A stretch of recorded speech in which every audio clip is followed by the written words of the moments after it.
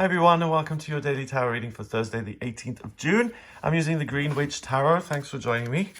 Let's see what the cards want you to know. We have a lovely looking harvest. That's the Judgment card usually. Then we have the Queen of Athames in reverse. That's the Queen of Swords. And then we have the 15th card of the Major Arcana, Nature. And I think that's the Devil card. It is, yeah. Usually in the regular tarot, that's called the Devil. And it is about looking at the physical too much. So in this deck, they've called it Nature. Amazing.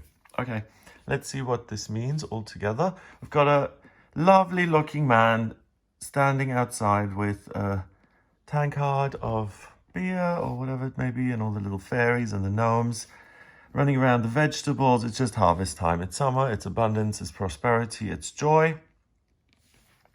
The wife is in the back with a tray with more vegetables on. They're just bringing in all the harvest and making food out of it and storing up and being abundant and enjoying themselves and having a wonderful, prosperous, amazing existence. With the little goats, it just couldn't be any happier. We've got the juicy countryside, the little thatched house. It's super idyllic. The Harvest card is a Major Arcana card. And it is the Judgment card usually. And I always say this, but judgment isn't about judgment as such. It's about the universe calling you to live your true nature. So if you're sitting in American Express call center selling credit cards, and suddenly the light goes off in your mind and it's Eureka, I am meant to have my own spiritual business where I work with the land and vegetables that I grow a particular way, and I treat those in a particular way that I think is going to be nurturing and healing to other people because we eat through food, for example. So this could be the idealized version of what your life could be. So instead of a big angel with a trumpet saying, wake up and do what you're supposed to do, it's giving you a snapshot of who you could be. And for a lot of people, a lot of idealized, stereotypical, happy kind of things are in this card. So for a lot of people, they strive for a relationship. A lot of people strive for security, for companionship, for special abilities, being able to see elementals and things like that. So anything you want, or anything that comes into your mind's eye today as, wow, do you see the white shirt sparkling? It's like when you see yourself in that snapshot, in that split-second moment in your mind's eye, and you see yourself as you really ought to be, as you want to be, the idealized version of you. If you get one of those insights, or even it can be a feeling, it can be, wow, this is where I'm supposed to live, or I'm communicating with the gnomes and this feels so right and I'm at home, so this is what I'm now going to do. Don't dismiss something that you see about yourself or you understand about yourself today that sees you in a really, really positive, optimistic, almost too good to be true way. It's not too good to be true. It's an idealized version of you that you can become. So that's amazing for everyone who's clairvoyant or very visual. It's amazing for anyone who is connected to themselves, to spirit, because you'll get a message coming through that really shows you the next step on your path, because you see yourself as you want to be. And when you do that, you get the practical insights on how to do that. And that's evidenced here by the Queen of Athames. Queen of Athames, she prunes these plants. She knows how to take care of them. She locks the bird out, saying, you have no business being in here. It's not about freedom. It's about order. It's about judgment. It's about getting a sense of pleasure from being able to make good decisions and being in the self. The Queen of Athames is very much about my will. She's someone who's willful, who makes decisions on her own. She treads on the toes of other people. Other people retaliate, and it's all part of the business. It's all part of the schedule here. The Queen of Swords knows that if you lock the bird out, it's going to be annoyed. If you punish someone, they may retaliate. And that's par for the course for the Queen of Athames. Tough decisions, being able to make tough decisions, and rationalizing them. That's in reverse. There's not much rationalization going on. There's a sense of freedom. There's a sense of, I want to grow wild.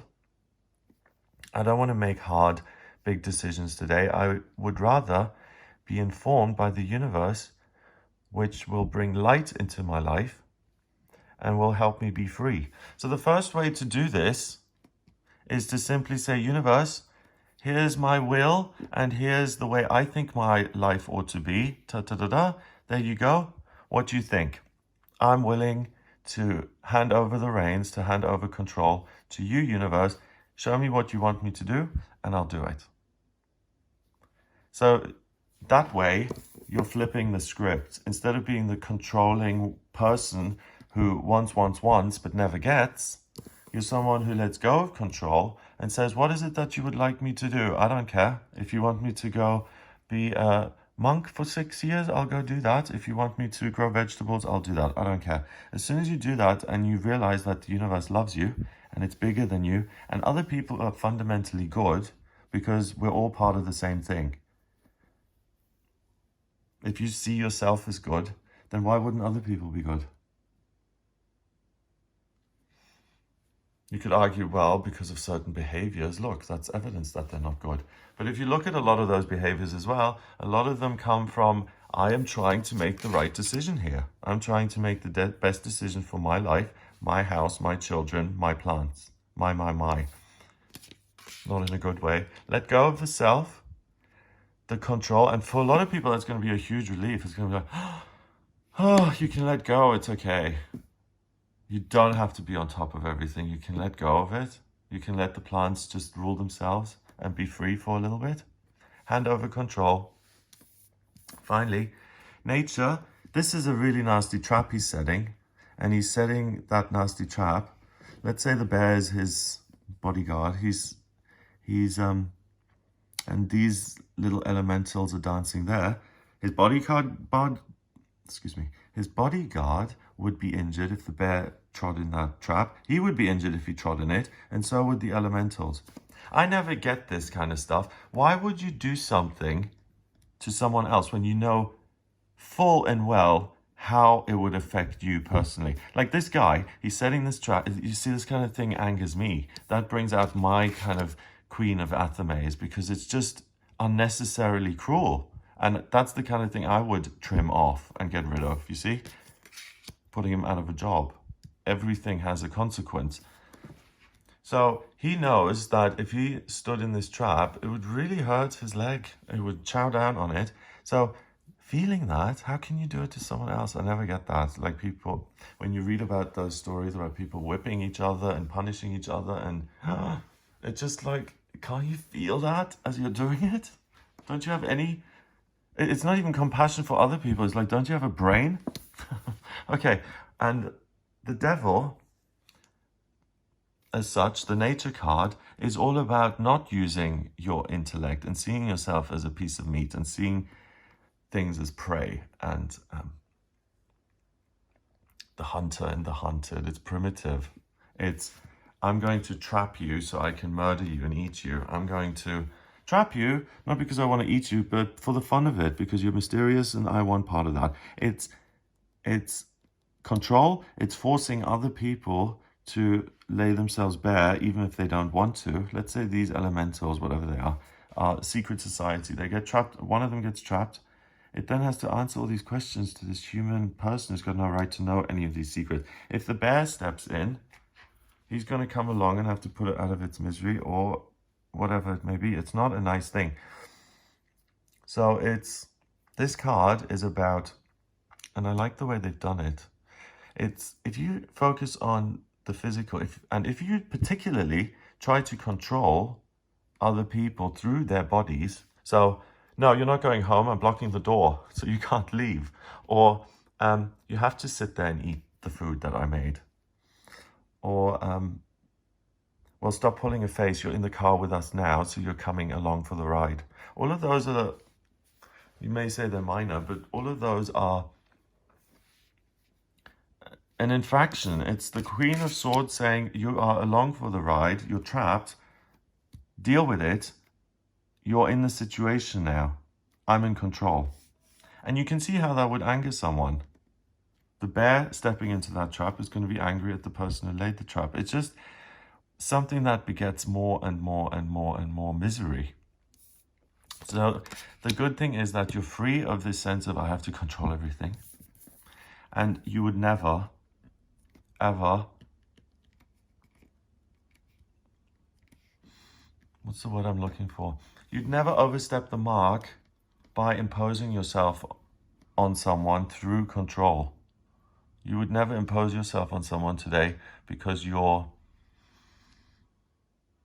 the one with the key to the house. And if you don't say, we're leaving, then you're stuck at the party. That's a form of control, and that's really not in play today. So other people aren't controlling of you. You're not controlling of other people. You don't have the need to look at the most base impulses or desires or needs, physical. You look at other people and you see the spark, the life, and you respect the divinity in others. So it's really a namaste day in the sense of the divinity in me bows to the divinity in you, because you can actually see that today because you're not fully in control freak mode. You're not in control freak mode. So anyone seriously who has OCD or who has something that's all about control and all about asserting your will, you are going to get a reprieve from that today as well. You'll be, either it's gone or at least you have a break from it so you can see yourself as you really are. So make use of that. This impulse to control everything is gone. And because of that, the day eases up, the trap opens, you have much more freedom to enjoy the good life and to listen to the good things that are coming in and to see the good things that are being shown to you. So pay attention. It's about receiving today rather than giving. You're getting a present. 15 and the Queen is a court card. That's 1. Is 16 and 20 is 36. Wow, this is my birth number. 36 is 9. 3 and 6 is 9. And 9 is the final number in numerology. Goes from 1 to 9. 10 reduces to 1. 9 is about finishing things off. It's about leaving the world behind, the body, the illusions of the body, like addiction. This drug is going to make me feel the way, this is the dark version of him, isn't it? Like addiction is all about, oh, if I take this, I will feel the way I'm supposed to be. And it promises you everything and it delivers nothing. And then you're even worse off at the end. All of that is no longer an issue. You see beyond it. It's complete. You have a reprieve from it. So spirituality and completion, you can see your own actions, your own behavior. You're able to let go, relax. And that opens up the whole spiritual world to you. So all you need to do is go, And again, I want to recommend that Wayne Dyer audio. I mean, it was done a long time, probably 30, 40 years now, or 20 years. But it's Meditations for Abundance. It doesn't really have much to do with abundance. It's about manifesting your life the way you want it. It's like 40 minutes. The first meditation is 20.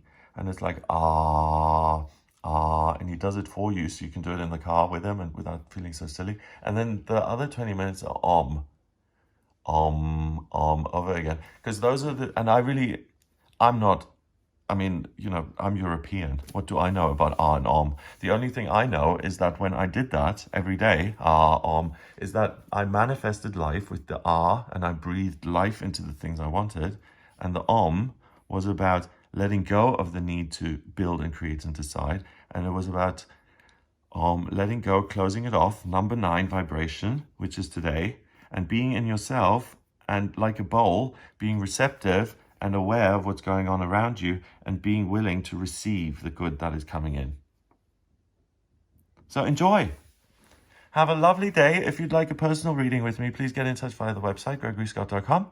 If you like this video, please hit subscribe and share the video online. Oh, and apparently liking the video makes a big difference as well. So if you don't usually hit like, then please hit the like button.